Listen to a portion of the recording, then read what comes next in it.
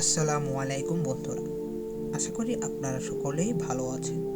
তো বন্ধুরা, আজকে আমরা এই ভিডিওর মাঝে জানতে পারবো মুসা নবীর জীবনে ঘটে যাওয়া কিছু রহস্যময় ঘটনা সম্পর্কে। তো বন্ধুরা, বেশি কথা না বলে ভিডিওর মূল পর্বে যাওয়া যাক। একদিন আল্লাহ মুসাকে বললেন, ফেরাউন তার অন্তর কঠিন করেছে, সে আমার কথার অবাধ্য হয়েছে, সে আমার লোকদের যেতে দেবে না। সকালবেলা তুমি নদীর পাড়ে গিয়ে দাঁড়াও, ফেরাউন যখন গোসল করতে আসবে তখন তুমি তোমার লাঠিটা মিশরের পানির উপর দোলাও।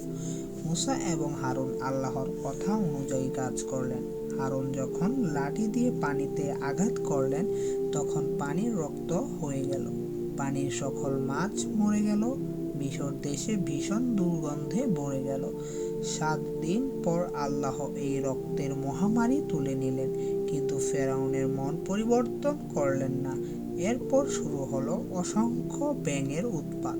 সারা দেশে ব্যাঙ ছেয়ে গেল, সব জায়গায় ব্যাঙ, ঘরে বিছানায় সব জায়গায় ব্যাঙে উঠে আসলো।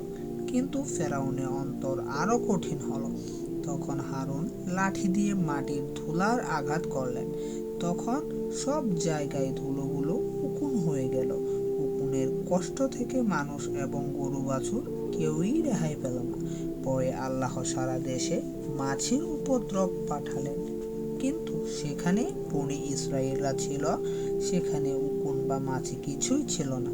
তারপর এক ভীষণ রোগে মিশরের সকল পশু পাখি আক্রান্ত হলো।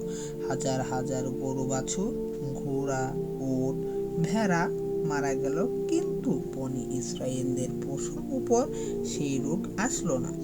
এরপর মুসা এবং হারুন চুলা থেকে ছাই নিয়ে মেঘের মতো আকাশে উড়িয়ে দিলেন, সাথে সাথে মানুষ এবং পশুর গায়ে বিস্ফোরা দেখা দিল।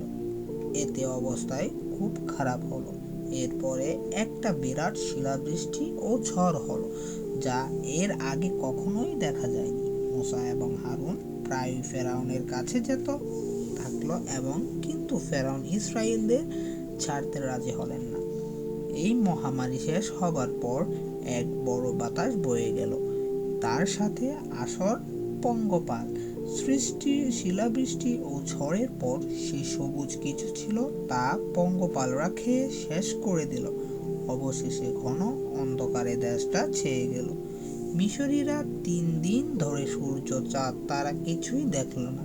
তখন ফেরাউন মুসা হারুনকে রাগ করে বললেন, দূর হও আমার চোখের সামনে থেকে, তোমার মুখ যেন আমি আর না দেখি।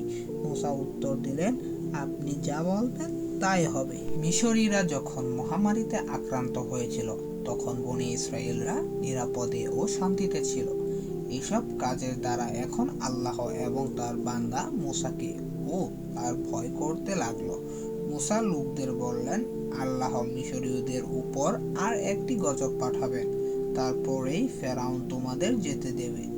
তোমার পরিবার পরিবার কারো সাথে একসাথে জড়ো হও এবং মিশর থেকে বের হয়ে যেতে প্রস্তুত হও। মধ্যরাতে আল্লাহ ফেরেশতাদের মিশরের দেশের উপর দিয়ে যাবেন। প্রত্যেক ঘরের প্রথম ছেলে সন্তানকে তিনি মেরে ফেলবেন, কিন্তু আমি যা বলি তা যদি তোমরা শোনো তবে তোমাদের পরিবার রক্ষা পাবে। প্রত্যেক পরিবারকে একটি করে পশু জবাই করতে বলা হলো। তোমাদের বলা হলো যেন তারা ঘরের দরজা চৌকাঠে উভয় পাশে রক্ত ছিটিয়ে দেয়। কেউ যেন সেই রাতে ঘরের বাইরে না যায়, কারণ সেই রাতে হবে উদ্ধার ঈদের রাত। সেই রাতে সারা মিশর দেশে কান্নার রোল পড়ে গেল। প্রত্যেক ঘরের প্রথম ছেলে সন্তান মারা গেল। ফেরাউন নিজের ছেলেকেও বিছানায় মরা দেখতে পেলেন। বুঝতে পারলেন এটা আল্লাহর হাতের কাজ। সকল মিশরীয়রা যখন তাদের সন্তানদের এমন মৃত্যু দেখল তখন তারা খুব ভয় পেল।